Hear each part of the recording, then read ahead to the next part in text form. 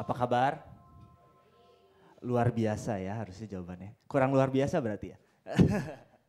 So kita akan mendengarkan firman Tuhan, tapi sebelumnya saya mau menyampaikan satu hal. Pastor Dedi dan keluarga sedang melayani di gereja GBI Daegu, sehingga beliau berhalangan untuk menyampaikan firman Tuhan di tempat ini.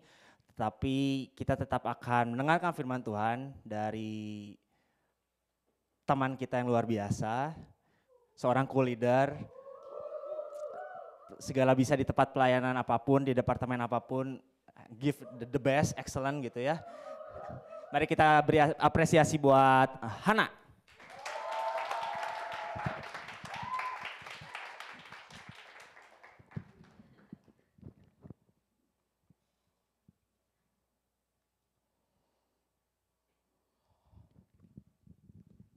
Shalom semuanya.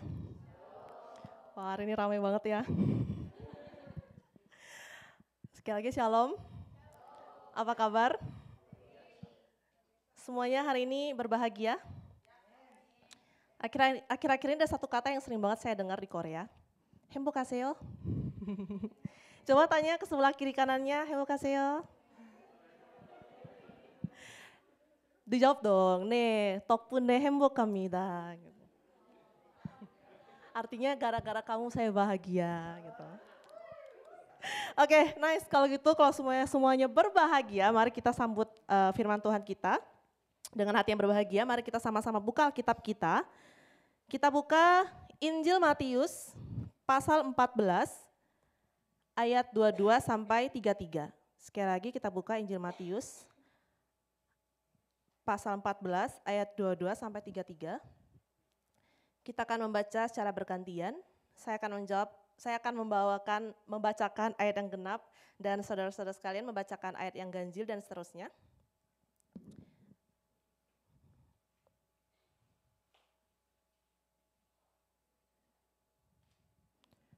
Mari kita sama-sama baca Matius 14 ayat 22 sampai 33. Sesudah itu Yesus segera memerintahkan murid-muridnya naik ke perahu dan mendahulunya ke seberang. Sementara itu ia menyuruh orang banyak pulang.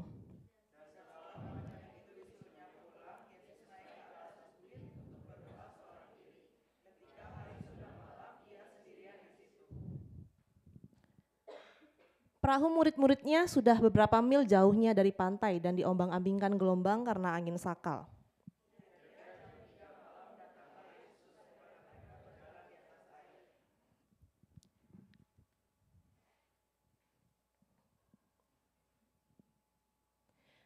Ketika murid-muridnya melihat dia berjalan di atas air, mereka terkejut dan berseru, "Itu hantu!" Lalu berteriak-teriak karena takut.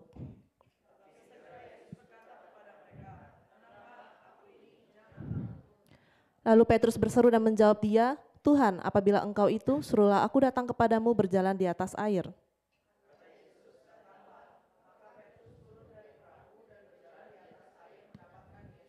Tetapi ketika dirasanya tiupan angin, takutlah ia dan mulai tenggelam lalu berteriak, "Tuhan, tolonglah aku."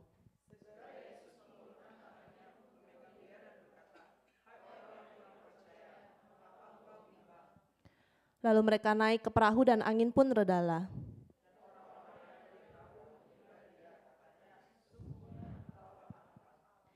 Yes, amin. Firman Tuhan hari ini saya beri judul, "Ini aku, jangan takut." Sama-sama kita katakan, "Ini aku, jangan takut." Nah, tadi kita sama-sama sudah baca ya firman Tuhan hari ini tentang kisah Yesus berjalan di atas air. Sebuah cerita yang mungkin sudah sangat sering kita dengar atau kita baca. Tetapi yuk sama-sama kita lihat pelajaran apa yang bisa kita petik dari cerita ini.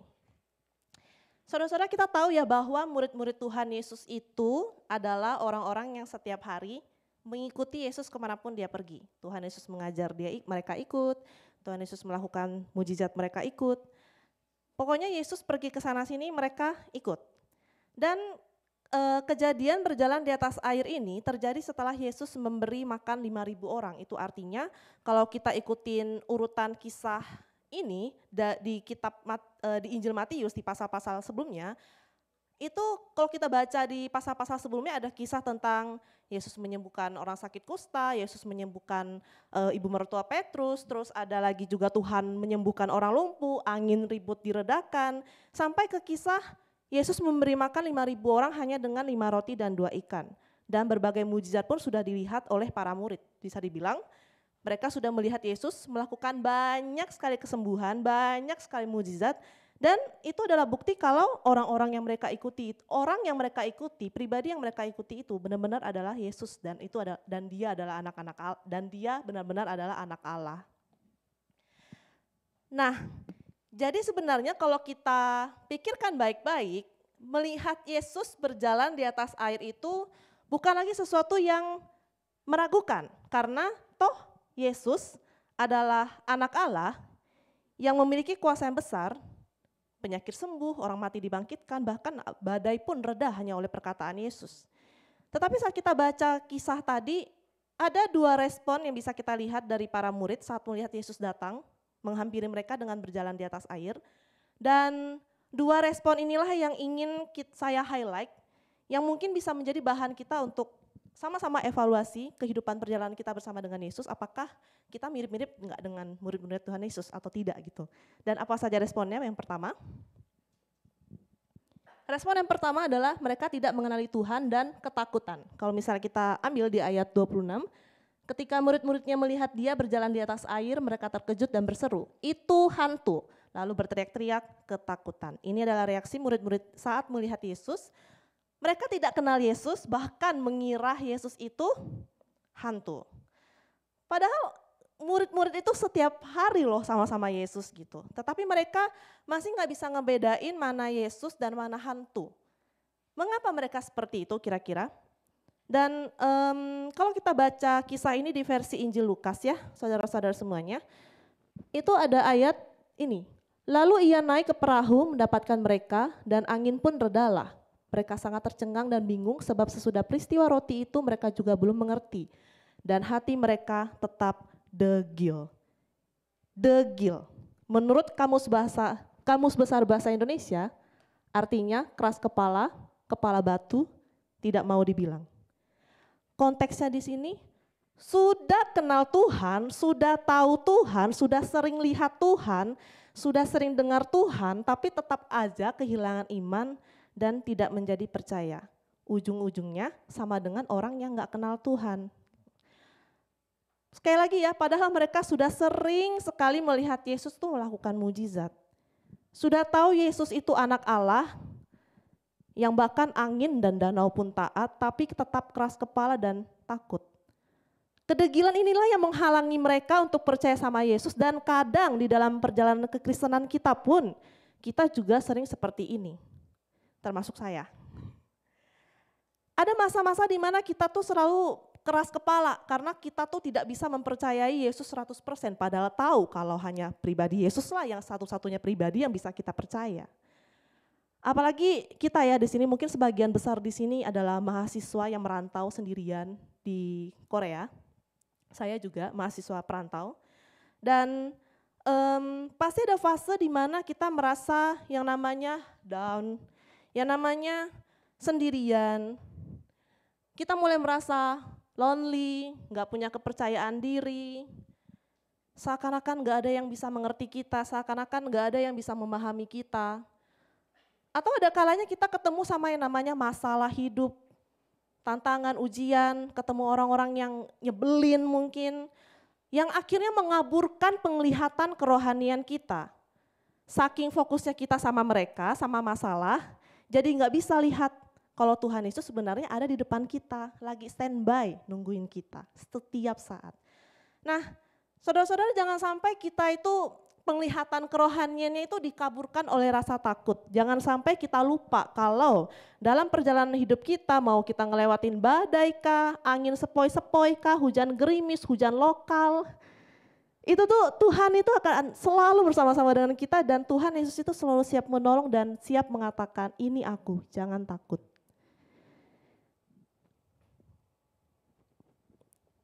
Jika kita mengenal Yesus kita dengan baik, saudara-saudara, ketakutan dan kekhawatiran tidak akan mempengaruhi kita dengan mudah.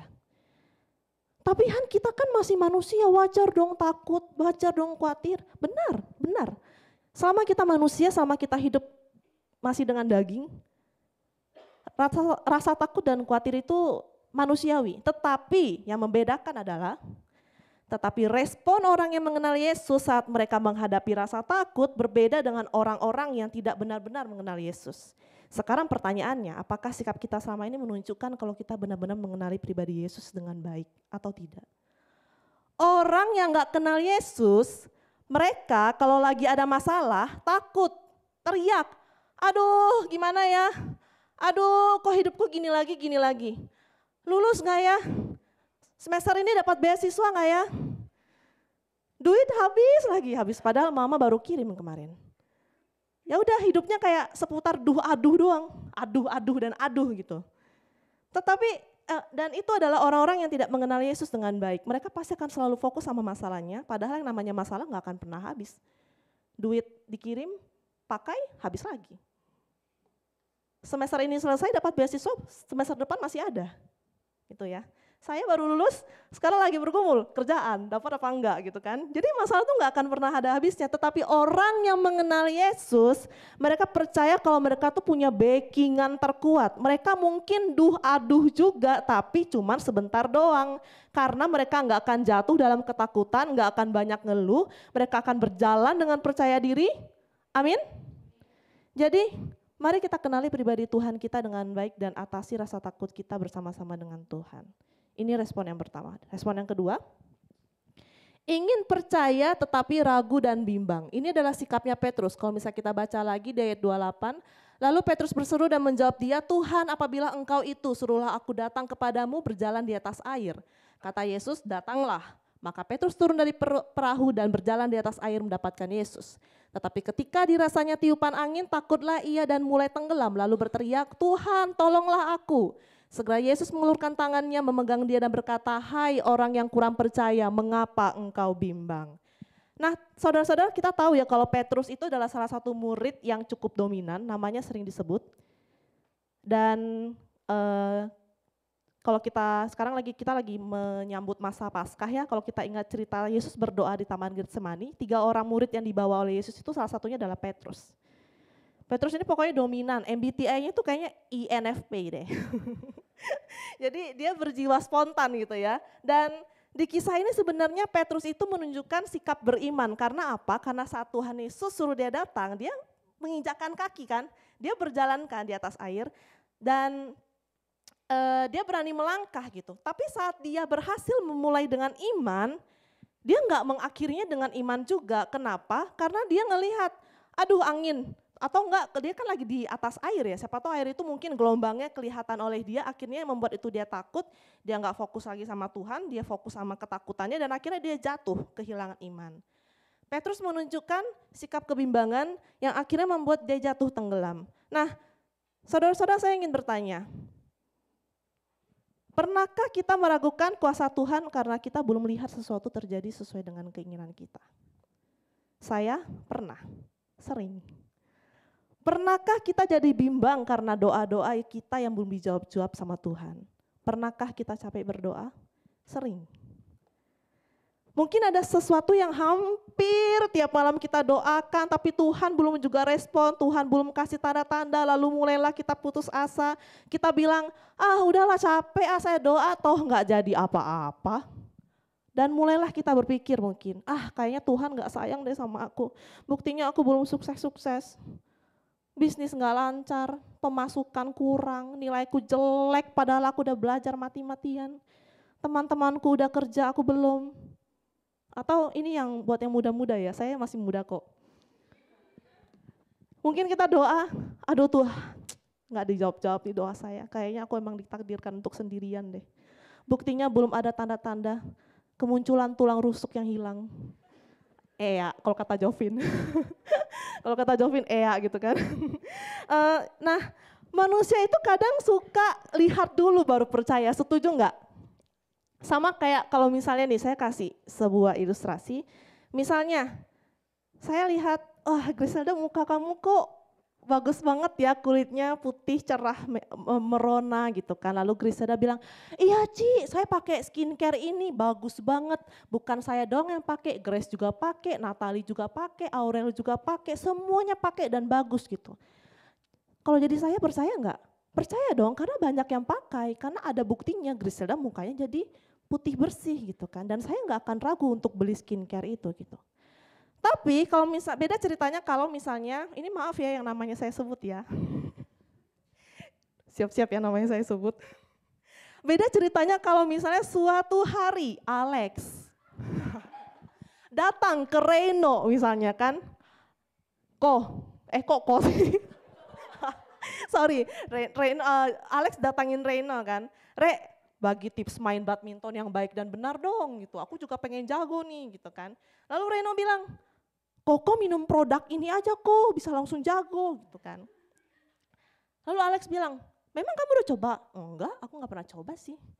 Kan informasi yang diberikan sama Reno meragukan karena gak ada buktinya gitu kan. Mana Alex percaya gitu kan. Nah ini ya, yang kadang-kadang kita itu manusia kayak harus lihat dulu baru percaya gitu kan. Sama kayak Petrus, seharusnya Petrus itu kenali pribadi Yesus dengan baik dan percaya 100%. Mungkin dia percaya makanya itu dia termotivasi untuk melangkah, tapi sayangnya karena dia lihat sekitarnya, jadi dia ragu gitu kan. Dan Yesus bahkan menyebut dia orang yang kurang percaya. Sama seperti kita, karena kedegilan hati kita maunya percaya sama apa yang kita lihat, nggak berani mengambil langkah iman, meragukan Tuhan, dan akhirnya seperti orang yang tidak mengenali pribadi Yesus. Padahal sudah ikut Yesus, sudah tiap minggu ke gereja, pelayanan tiap minggu. Ini saya juga lagi ngomongin diri saya sendiri ya, tenang teman-teman. Suka lupa sama identitas diri sendiri sebagai anak Tuhan. Saudara-saudara, orang yang mau mengenal pribadi Yesus itu adalah orang-orang yang siap untuk mempercayakan segala sesuatunya kepada Yesus. 100%. Orang yang kenal pribadi Yesus saat mereka jatuh ke dalam dosa, mereka akan tahu kalau pribadi Yesus itu setia dan adil sehingga di saat dosa-dosa itu kita akui, kita minta ampun, Tuhan pasti akan ampuni, mereka akan percaya itu. Tetapi terkadang masih ada orang-orang yang suka terikat dengan intimidasi dosa, suka ngerasa nggak layak, suka ngerasa nggak pantas sehingga muncul ketakutan kalau Tuhan itu tidak akan mengampuni, bahkan justru menghukum. Sehingga saat hal-hal buruk terjadi dalam hidup kita menganggap itu adalah sebuah hukuman karena kita berdosa. Pernah ya? Mungkin kita bohongin, tiba-tiba kita bohongin orang tua kita, lalu besoknya nilai kita jelek, aduh ini pasti gara-gara saya bohongin orang tua saya nih. Pasti ada pikiran seperti itu. Padahal konsepnya bukan seperti itu. Orang yang kenal pribadi Yesus, mereka tidak akan dengan sengaja melakukan hal-hal yang mendukakan hati Tuhan. Sudah tahu itu gray area, sudah tahu itu tidak baik, itu tidak kudus, tapi masih coba-coba, masih main-main. Namanya mencobai diri sendiri. Loh, Han, tadi katanya Yesus mengampuni tiap dosa kita. Benar, tapi perspektifnya itu seperti ini saudara-saudara. Coba sekarang saya mau ajak teman saudara-saudara semua pikirkan satu orang yang saudara-saudara cintai, sayangi, dan orang itu juga sudah pasti mencintai dan menyayangi saudara-saudara. Dan di saat kita melakukan kesalahan terhadap orang itu, mungkin orang itu akan memaafkan kita karena dia sangat mencintai kita. Tapi apakah itu akan membuat kita terus-terusan melakukan kesalahan dan menyakitinya karena kita tahu dia pasti maafin kita, jadi kita sengaja aja, udah sakitin aja terus, toh diampuni.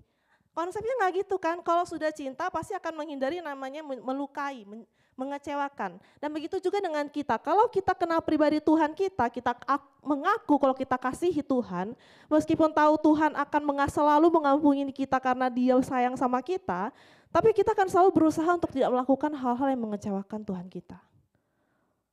Orang yang kenal pribadi Yesus di saat mereka berdoa mengharapkan sesuatu, mereka tidak akan meragukan Tuhan. Mereka akan percaya sungguh-sungguh kalau Tuhan ada dan sedang bekerja dan mempercayakan sepenuhnya masalah mereka ke Tuhan, dan itulah yang kita sebut dengan iman. Iman, Ibrani 11 ayat 1. Iman adalah dasar dari segala sesuatu yang kita harapkan dan bukti dari segala sesuatu yang tidak kita lihat. Saudara-saudara, mari kita sama-sama belajar untuk mengenali pribadi Yesus dengan baik. Jangan hanya mau lihat dulu baru percaya, tapi percayakanlah segala sesuatu itu kepada Tuhan. Itulah iman. Apapun yang sedang kita doakan saat ini, teruslah percaya bahwa Tuhan dengar doa-doa kita. Hanya saja mungkin Dia sedang menunggu waktu yang tepat untuk menjawab doa kita. Waktu kita bukanlah waktu Tuhan, tapi waktu Tuhan selalu yang terbaik. Manusia hanya bisa merencanakan, tetapi kehendak Tuhan yang jadi, kata Amsal. Bisa saja Tuhan tuh belum kasih ke kita karena ingin proses kita dulu. Atau mungkin kita yang belum siap. Sama seperti anak kecil umur 4 tahun kalau dikasih laptop, dia tahukah laptop itu fungsinya apa gitu kan. Diinjak-injak lah, dilempar-lempar mungkin sama dia, sama. Siapa tahu kita belum siap mendapatkan sesuatu yang kita doakan, makanya Tuhan jangan dulu, belum. Nanti, waktunya nanti. Jadi mari sama-sama kita punya iman, mari sama-sama kita kenali pribadi Yesus dan miliki iman mulai saat ini. Yang terakhir, ini tidak ada di dalam cerita Yesus berjalan dengan air, tapi ini adalah sikap yang seharusnya ditunjukkan oleh para murid dan juga kita harus memiliki sifat seperti ini. Fokus kepada Yesus dan percaya. Ayat 30, tetapi ketika dirasanya tiupan angin, takutlah ia dan mulai tenggelam lalu berteriak, Tuhan tolonglah aku. Segera Yesus mengulurkan tangannya memegang dia dan berkata, hai orang yang kurang percaya, mengapa engkau bimbang?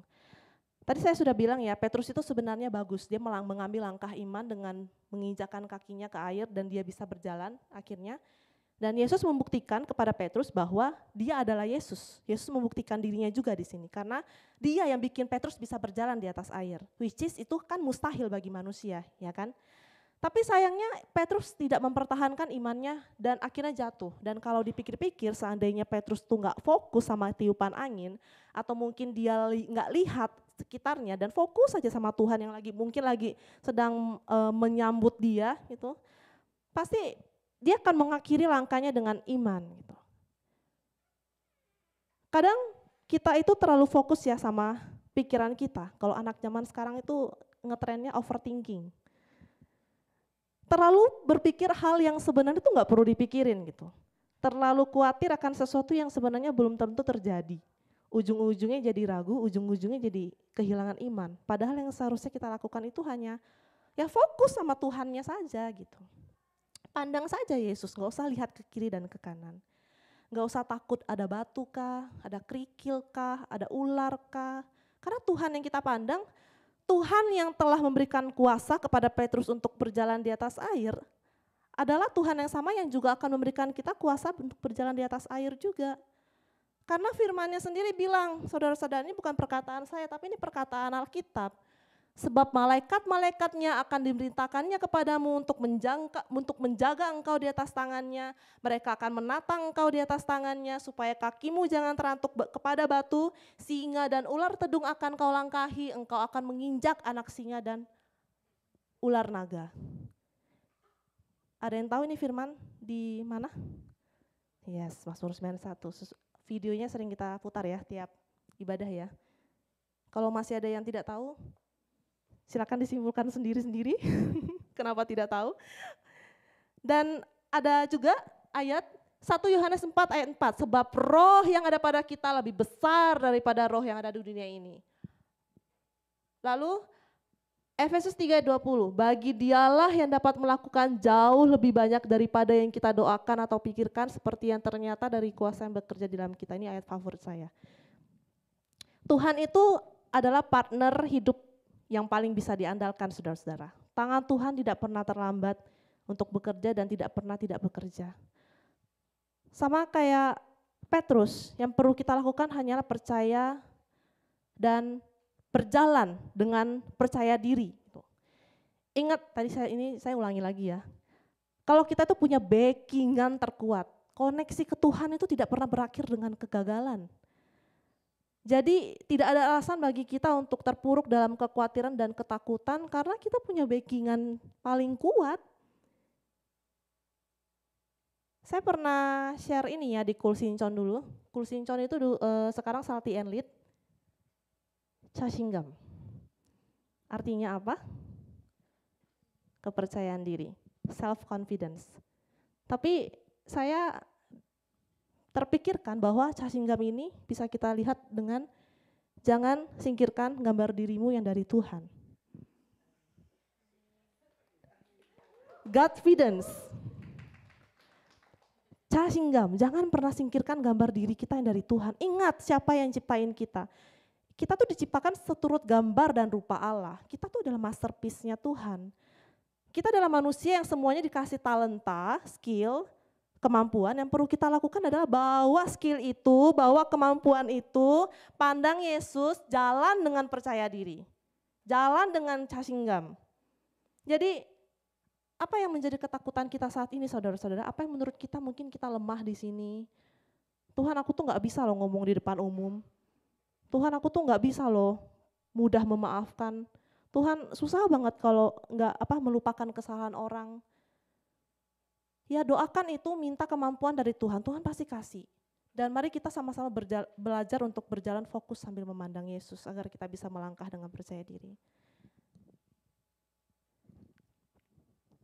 Lalu bagaimana caranya agar kita bisa fokus kepada Yesus dan berjalan dengan percaya diri? Jawabannya hanya satu, berjalan menggunakan Google Maps. Google Maps. Yang akan memandu kita untuk terus berada di rutenya Tuhan. Google Maps. Ini dan Google Maps ini perlu mencakup 100% kehidupan kita saudara-saudara, jangan cuma setengah-setengah, nanti kita tersesat. Contohnya ya, kita baru pertama kali datang ke Korea, kita nggak tahu nih kita mau pergi ke mana, misalnya kemana, kita nggak tahu jalan kan, pasti kita pakai map kan. Tapi pernah nggak sih kita pakai mapnya setengah-setengah, ya udah setengah jalan aja pakai map, sisanya tebak sendiri jalanannya. Pasti ujung-ujungnya kita nggak sampai ke tempat tujuan kan, kita akan tersesat. Karena kita nggak pakai map kita dengan baik. Sama, kalau kita nggak pakai Google Maps kita dengan baik, kita bisa tersesat. Jadi dengan menggunakan Google Maps ini, kita harus pegang dan harus mencakup seluruh kehidupan kita. Apa saja Google Maps yang dimaksud? Bentar, di sini. Ini dia, Google Maps yang saya maksud ini yang pertama adalah firman Tuhan. Dari mana kita bisa mengenali Tuhan kita lebih dalam? Ya dari dengan mengetahui semua perkataannya. Seekor domba akan mengenali suara gembalanya dengan baik. Sehingga saat imposter datang, meniru suara gembalanya, dia tahu itu bukan gembala saya.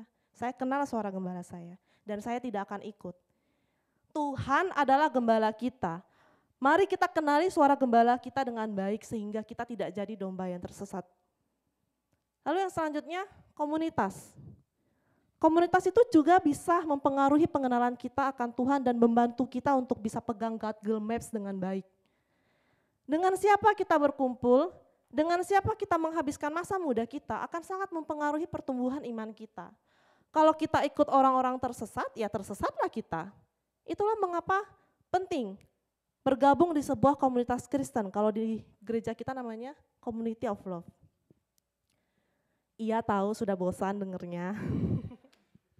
Tapi tidak dapat dipungkiri bahwa kalau yang namanya domba harus berkumpul dengan sesama domba, bukan dengan kambing, apalagi dengan serigala. Kalau domba kumpul sama serigala, habis, dimakan. Jadi domba harus kumpul sama-sama dengan domba. Di komunitas kita sama-sama belajar, sama-sama saling mendoakan, saling menyemangati. Semalam di menara doa kita saling puji memuji. Kita puji satu sama lain dan itu adalah sebuah kekuatan yang bisa bikin kita untuk melangkah lebih percaya diri lagi gitu. Mungkin banyak orang-orang yang tanda kutip aneh. Tapi mari sama-sama kita belajar bahwa semua orang yang berkumpul di gereja itu adalah orang-orang yang belajar. Enggak ada orang sakit, orang sehat yang cari dokter, pasti orang sakit yang cari dokter. Jadi di komunitas kita sama-sama belajar dan apa tujuannya? Yaitu kita sama-sama bertumbuh lebih dalam lagi akan pengenalan akan Tuhan. Bukan berarti kita dilarang kumpul dengan orang-orang yang nggak percaya, bukan. Tapi maksudnya di sini adalah kenali orang-orang di sekitarmu. Apakah rute mereka sama dengan rutemu? Apakah mereka membantu kita lebih dekat dengan Tuhan atau justru malah menjauhkan kita dari Tuhan? Firman Tuhan ajarkan kita begini ya, licik seperti ular tetapi tulus seperti merpati. Bijaksanalah dalam memilih pergaulan, saudara-saudara. Pergaulan yang buruk merusak kebiasaan yang baik. Bijaksanalah. Jangan kompromi orang-orang yang membawa pengaruh buruk dalam hidup kita. Tetapi tetap kasihilah semua orang. Benci dosanya, jangan benci orangnya. Malah akan lebih baik kalau kita yang bawa orang-orang itu ke rutenya kita. Ayo sama saya, jalan sama saya. Kita jalan sama Yesus sama-sama. Kan seru ya, jalan menuju Yesus bersama-sama. Jalan sama-sama Yesus bersama dengan teman-teman kita. Jadi mari kita pegang Google Maps kita. Firman Tuhan, doa, dan komunitas. Akan sangat membantu kita untuk bisa pegang Google Maps sehingga kita tidak menjadi tersesat. Teman-teman, saya mau akhiri firman hari ini dengan sebuah kesaksian. Di mana saya juga pernah merasakan yang namanya rasa takut, rasa khawatir akan masa depan saya. Tetapi Tuhan itu tunjukkan bahwa meskipun perjalanan saya belok-belok, mendaki gunung, lewati lembah, Tuhan tunjukkan bahwa Dia itu adalah pribadi yang selalu menolong, yang selalu pegang tangan saya setiap saat. Mungkin juga ada yang pernah dengar kesaksian ini, maaf kalau agak sedikit panjang ya saudara-saudara. Jadi saya itu tahun 2016 itu sudah mulai mendoakan untuk bisa studi S2 di Korea Selatan. Karena saya suka K-pop, saya suka Korea, jadi saya pengen tinggal di sini, pengen belajar di sini, dan tahun 2016 waktu itu saya kayaknya semester 5 S1, saya mulai berdoa dan mulai cari cara, gimana nih caranya untuk bisa ke Korea gitu kan. Dan di tahun 2018 waktu saya lulus, saya langsung apply yang namanya KGSP, sekarang itu namanya GKS, beasiswa by pemerintah Korea, di mana kita bisa kuliah gratis, uang jajan dikasih dan lain-lain. Lalu saya apply KGSP 2019 tapi gagal. Lalu saya mulai cari jalan lain, gagal nih. Saya mulai cari jalan lain, lalu terpikirkanlah saya untuk mencari beasiswa lewat jalur kampus, di mana bahasa Korea itu harus bagus. Dan akhirnya saya memutuskan untuk saya bilang ke orang tua saya, "Ma, Pa, gimana kalau Hana belajar dulu bahasa Korea di Korea gitu. Biar bagus, terus habis itu daftar universitas pakai jalur beasiswa kampus gitu." Oke, diperbolehkan. Lalu saya daftar di Sogang, kelas bahasa di Sogang. Dan tanggal 15 Februari 2019, tepat 1 hari keberangkatan saya untuk apply visa D4, karena saya sudah diterima di Sogang, tinggal apply visa. 1 hari, besok saya berangkat ke Jakarta, hari ininya, tiba-tiba kami sekeluarga menerima kabar bahwa mama saya itu kena kanker payudara, divonis kanker payudara. Dan saya menganggap bahwa hal ini adalah jawaban Tuhan kepada saya mengatakan no ke saya untuk pergi ke Korea. Sampai saya nggak berani lagi doain ini, saya kubur dalam-dalam keinginan saya, karena saya pikir Tuhan itu sudah say no, dan di satu sisi adalah ada yang lebih perlu saya doakan, yaitu mama saya gitu. Tapi itulah kadang ya, Tuhan itu tahu melebihi apa yang pernah kita ungkapkan. Tuhan tuh tahu bahwa di lubuk hati yang saya dalam, yang saya kubur itu tuh masih ada keinginan bahwa saya pengen studi di Korea Tuhan gitu. Dan Tuhan bukakan hati kedua orang tua saya yang mungkin mereka merasa Hana tuh sebenarnya masih mau loh ke Korea gitu. Dan akhirnya mereka lah yang mulai mendukung saya lagi, sehingga saat mama saya sudah kemoterapi, sudah mengikuti berbagai pengobatan, mama saya bilang, udah Hana kamu berangkat aja, gak apa-apa gitu. Dan akhirnya September 2019 saya berangkat ke Korea. Tapi teman-teman, saudara-saudara tahu apa yang terjadi? 3 bulan kemudian, COVID. Corona, yang kita semua di sini juga merasakan ya dampaknya ya. Gara-gara COVID, keuangan keluarga saya jadi nggak stabil, bisnis keluarga jadi mungkin kurang, dan saya jadi nggak punya keegoisan untuk bilang mama saya masih tetap mau S2 di sini gitu. Sedangkan beasiswa universitas yang tadi saya rencanakan itu kan cuma cover uang bulanan kan, uang semesteran kan, uang bulanan kan enggak gitu kan. Dan saat saya ngelihat apalagi ini ya, dampak COVID itu beneran sangat amat berat ya. Kita nggak boleh ketemu orang, kita sendirian saja di kamar, itu tuh membuat saya semakin, dan FEI saya belum ke BIC waktu itu, dan membuat saya merasa lonely, putus asa, menyerah, dan akhirnya saya mulai judge diri saya sendiri orang yang nggak punya masa depan. Karena saya lihat orang-orang sekitar saya, umur-umur saya itu sudah bekerja, sudah punya pacar, sudah menikah dan lain-lain. Dan akhirnya saya merasa Tuhan tuh kok jahat sih, kok bawa saya ke Korea tapi enggak kasih saya S2 sih gitu. Dan saya mulai merasa Tuhan tidak jaga masa depan saya gitu, saya enggak punya masa depan gitu. Hingga suatu hari saya dikenalkan sama orang yang bawa saya ke BIC Korea dan akhirnya saya ketemu sama Ko Dedi, ketemu Ko Kevin waktu itu, Ko Kevin Gembala Kul Sinchon. Dan saya sharing soal masalah saya, kekhawatiran saya, didoakan, diberi semangat, dan lain-lain. Tapi apakah masalah saya tadi hilang? Enggak hilang, tapi yang berubah adalah sikap hati. Saya mulai berserah, saya mulai beriman bahwa Tuhan itu sediakan jalan yang terbaik, pasti. Lalu singkat cerita saya akhirnya memberanikan diri daftar ke Chung Ang University dan ke Yonsei University lewat dan berharap mendapatkan beasiswa kampus, tapi Chung Ang menerima saya dengan tidak memberikan beasiswa. Jadi saya harus bayar sendiri dan Yonsei saya ditolak. Tapi Tuhan kasih saya waktu itu tuh hati yang masih ikhlas ya. Saya ikhlas sekali. Saya terima, ya udah kalau misalnya ditolak ya udah nggak usah S2 di Korea, ya udah saya kembali lagi aja ke Jakarta, kerja di Jakarta dan lain. Dan sembari saya mengalami masa-masa ini saya ingat kalau saya ditemani dengan banyak sekali orang-orang yang mendukung saya secara spiritual. Salah satunya adalah gadis bersuara indah di BIC Korea, Grace Monica. Dia juga waktu itu daftar di Yonsei University ya, dan ditolak juga. Saya ingat banget 24 Desember 2020 ya Grace ya, kita sama-sama makan bosam di Yonnam sambil nangis. Karena kita sama-sama ditolak sama Yonsei. Tapi ya itu, Tuhan hadirkan orang-orang yang menghibur, yang maksudnya menemani kita. Dan akhirnya sebelum saya for good dari Korea, salah satu teman papa saya itu paksa saya untuk daftar GKS lagi. Awalnya saya nggak mau, tapi saya dipaksa sama dia, akhirnya 2 minggu sebelum pendaftaran tutup saya kejar semua dokumen dan lain-lain, saya daftar GKS 2021 dan pokoknya saya berserah, saya angkat tangan, Tuhan saya angkat tangan, saya berserah, terserah Tuhan, kasih oke, nggak kasih saya sudah ikhlas, saya percaya Tuhan akan sediakan yang terbaik, itulah doa saya tiap hari dan akhirnya Maret 2021 saya for good dari Korea, bersama-sama dengan Grace juga. Tapi bukti kita ada di sini, bukti bahwa kita balik lagi ya ke sini ya. Grace dengan segala ceritanya nanti kita kasih kesempatan minggu depan kah, bulan depan kah Grace ngomong versi dia sendiri.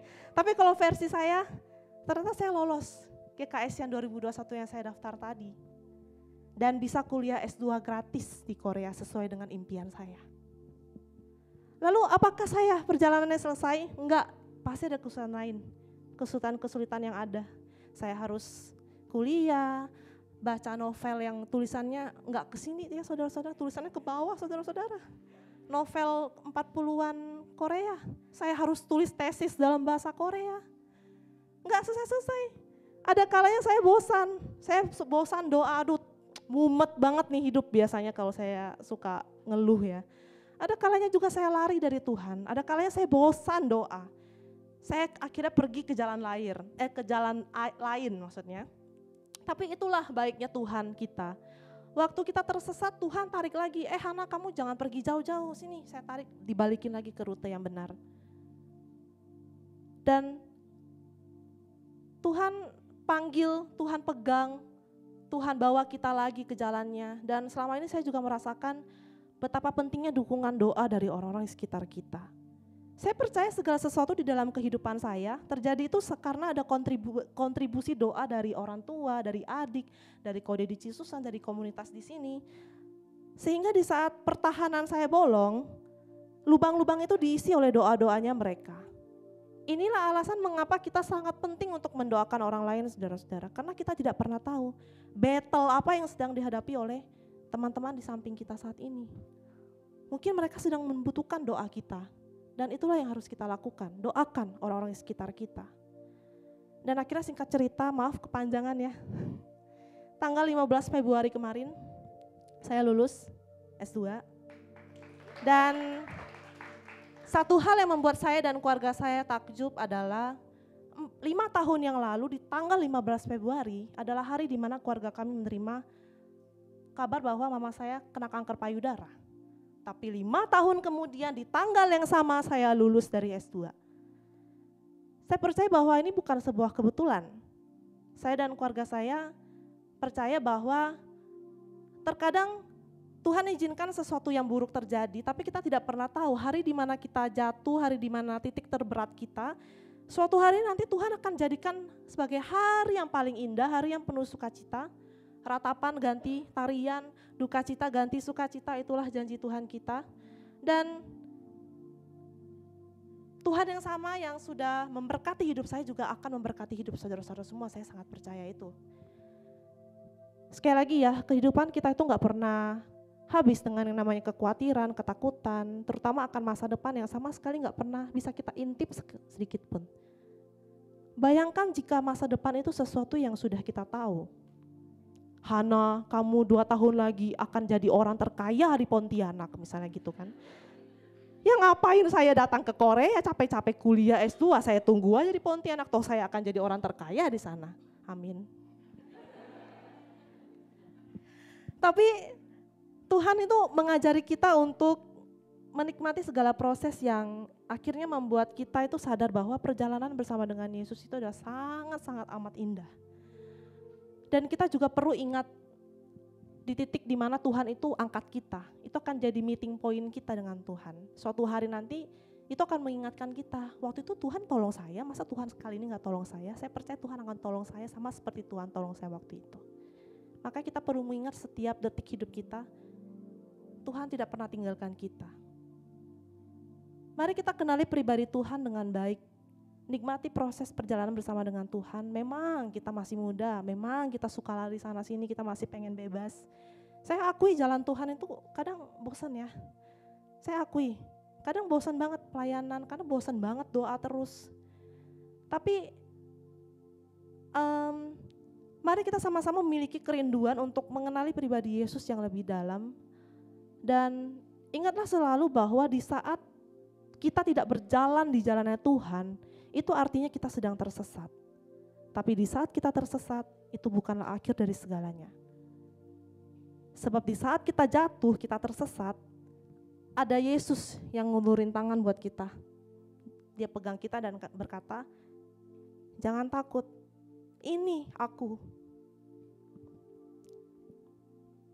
Jadi semoga firman Tuhan hari ini memberkati kita semua. Saya mau ajak kita sama-sama untuk, saya undang tim Worship untuk maju ke depan. Saya mau ngajak kita sama-sama untuk angkat pujian lagu yang tadi, lagu Tak Terbatas. Jujur saya gak janjian ya sama Grace bawain lagu ini. Saya sebenarnya pengen pilih lagu ini, cuman lagu ini sudah dibawakan kemarin pas kul gabungan unboxing dan salty. Jadi saya cari lagu lain, ternyata Grace pilih lagu ini. Jadi saya kayak, oh ya udah gas aja lagu ini gitu. Lagu yang sangat bagus yang mungkin asing buat kita, tapi mari kita sama-sama kita hayati satu kata demi katanya, karena inilah hal yang harus kita lakukan setiap saat. Percaya bahwa segala proses dalam hidup kita itu Tuhan selalu ada, dan kenali Tuhan kita. Jangan sampai kita kira Tuhan itu hantu seperti murid-murid Yesus, tapi kita harus tahu Yesus yang selalu sama-sama dengan kita, yang mampu melakukan segala perkara. Di dalam tangannya tidak pernah ada kegagalan.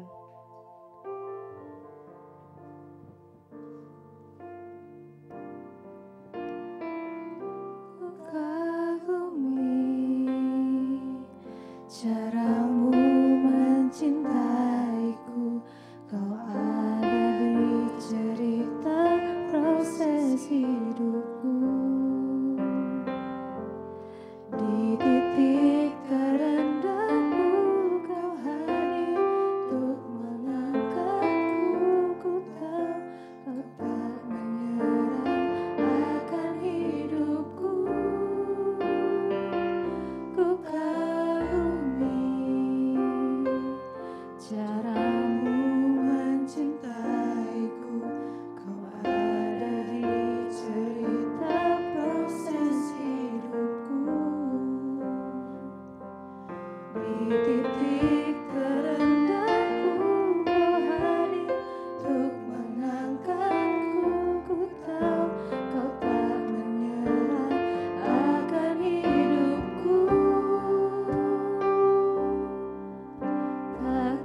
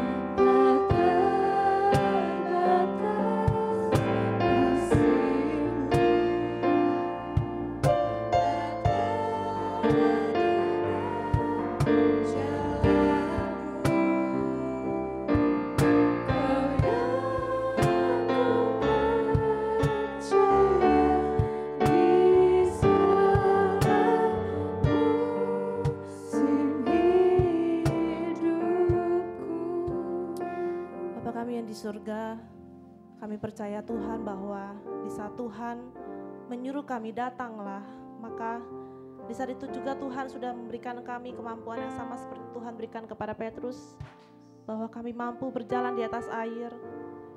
Tuhan, apapun saat ini yang mungkin menjadi sebuah masalah yang membuat kami tidak lagi fokus terhadap Engkau Tuhan, biarlah saat ini bantu kami untuk bisa mengambil komitmen untuk terus memandang Yesus saja. Yesus yang telah membantu Daniel di Goa Singa, Tuhan ya. Tuhan yang sudah membantu Musa membelah laut Teberau, Tuhan yang sudah membantu Daud melawan Goliat, Tuhan yang sama yang juga akan mengangkat kami, membuat kami tidak takut, membuat kami bisa melawan setiap raksasa-raksasa dalam kehidupan kami Bapa. Tuhan, ajari kami selalu untuk bisa memiliki kerinduan mengenali pribadi Engkau.